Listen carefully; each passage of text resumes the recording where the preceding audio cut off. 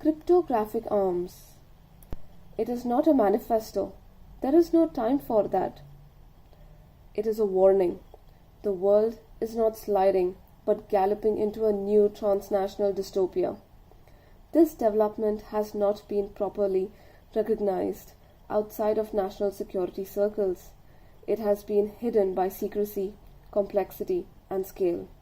The Internet, our greatest tool of emancipation, has been transformed into the most dangerous facilitator of totalitarianism we have ever seen.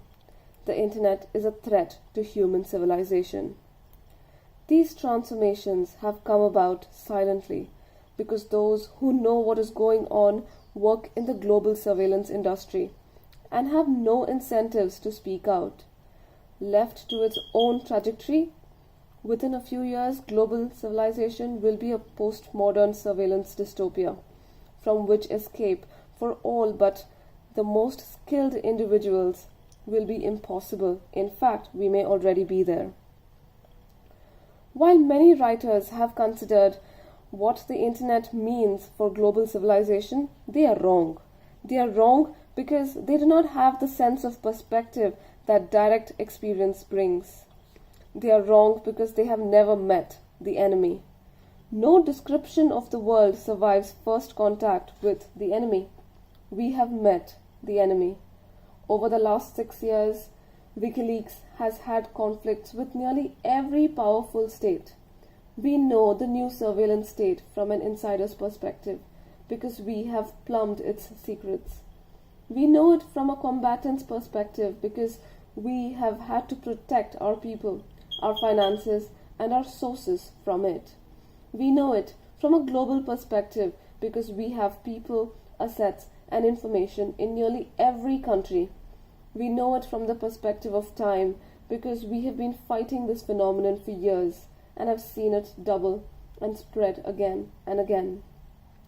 It is an invasive parasite, growing fat off societies that merge with the Internet.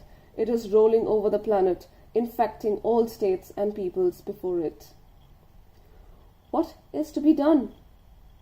Once upon a time, in a place that was neither here nor there, we, the constructors and citizens of the young Internet, discussed the future of our new world. We saw that the relationships between all people would be mediated by our new world, that the nature of states, which are defined by how people exchange information, economic value, and force, would also change. We saw that the merger between existing state structures and the Internet created an opening to change the nature of states. First, recall that states are systems through which coercive force flows. Factions within a state may compete for support, leading to democratic service phenomena, but the underpinnings of states are the systematic application and avoidance of violence. Land ownership, property, rents, dividends, taxation, court fines, censorship, copyrights, and trademarks are all enforced by the threatened application of state violence. Most of the time, we are not even aware of how close to violence we are, because we all grant concessions to avoid it. Like sailors smelling the breeze, we rarely contemplate how our surface world is propped up from below by doctors. In the new space of the Internet, what would be the mediator of coercive force? Does it even make sense to ask this question? In this otherworldly space, this seemingly platonic realm of ideas and information flow, could there be a notion of coercive force? A force that could modify historical records, tap phones, separate people, transform complexity into rubble, and erect walls like an occupying army? The platonic nature of the Internet, ideas and information flows, is debased by its physical origins. Its foundations are fiber optic cable lines stretching across the ocean floors, satellites spinning above our heads, computer servers housed in buildings in cities from New York to Nairobi, like the soldier who slew Archimedes with a mere sword. So too, could an armed militia take control of the peak development of Western civilization, our platonic realm? The new world of the internet, abstracted from the old world of brute atoms, longed for independence. But states and their friends moved to control our new world. By controlling its physical underpinnings, the state, like an army around an oil well or a customs agent extracting bribes at the border, would soon learn to leverage its control of physical space to gain control over our platonic realm. It would prevent the independence we had dreamed of, and then squatting on fiber optic cables and around satellite ground stations, it would go on to mass intercept the information flow of our new world.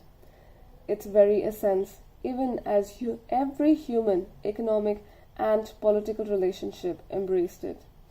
The state would leach into the veins and arteries of our new societies, gobbling up every relationship expressed or communicated, every web page read, every message sent, and every thought googled, and then stored this knowledge, billions of interceptions a day, undreamed of power, in vast top secret warehouses forever.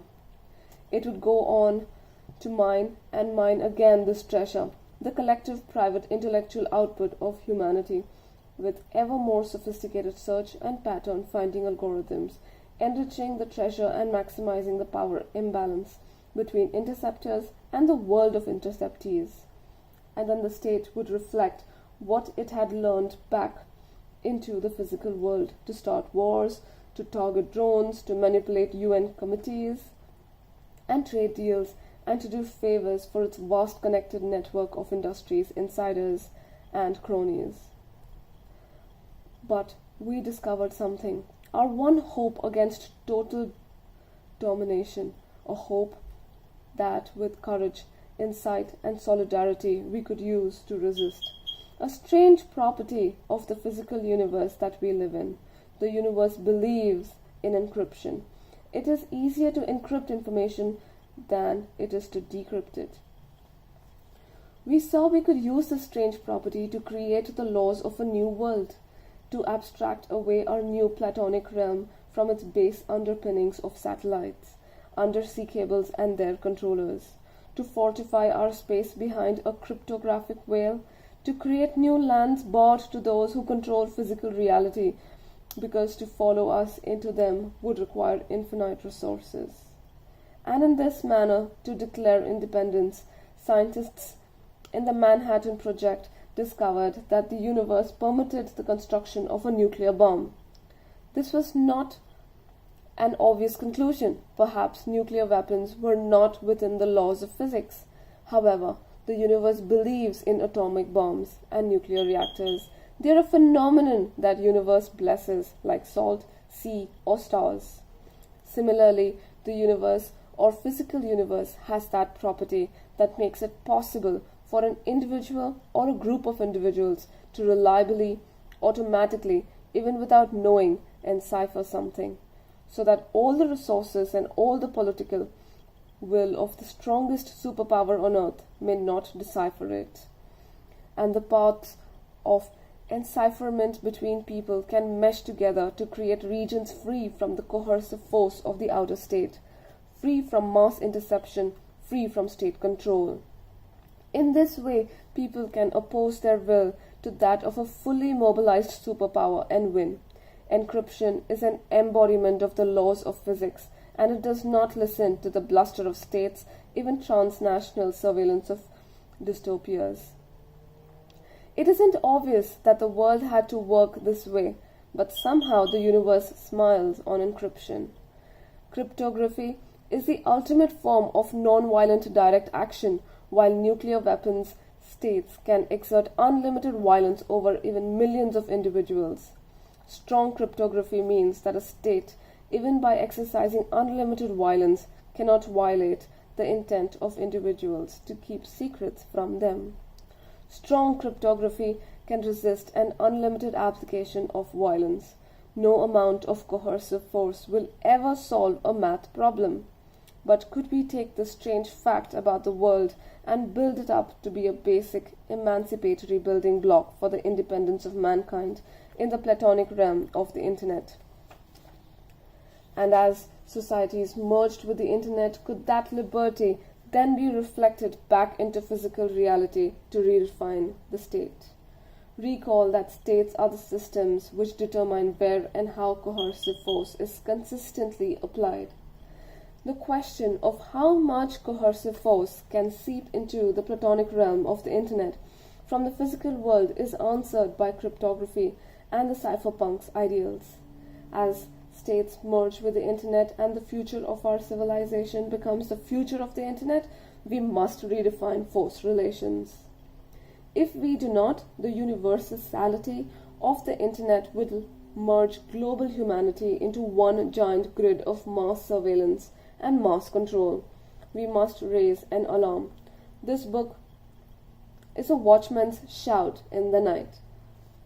On March 20, 2012, while under house arrest in the United Kingdom awaiting extradition, I met with 3 friends and fellow watchmen on the principle that perhaps in unison our voices can wake up the town. We must communicate that we have learned while there is still a chance for you, the reader, to understand and act on what is happening. It is time to take up the arms of our new world, to fight for ourselves and for those we love. Our task is to secure self-determination where we can, to hold back the coming dystopia where we cannot, and if all else fails, to accelerate its self-destruction.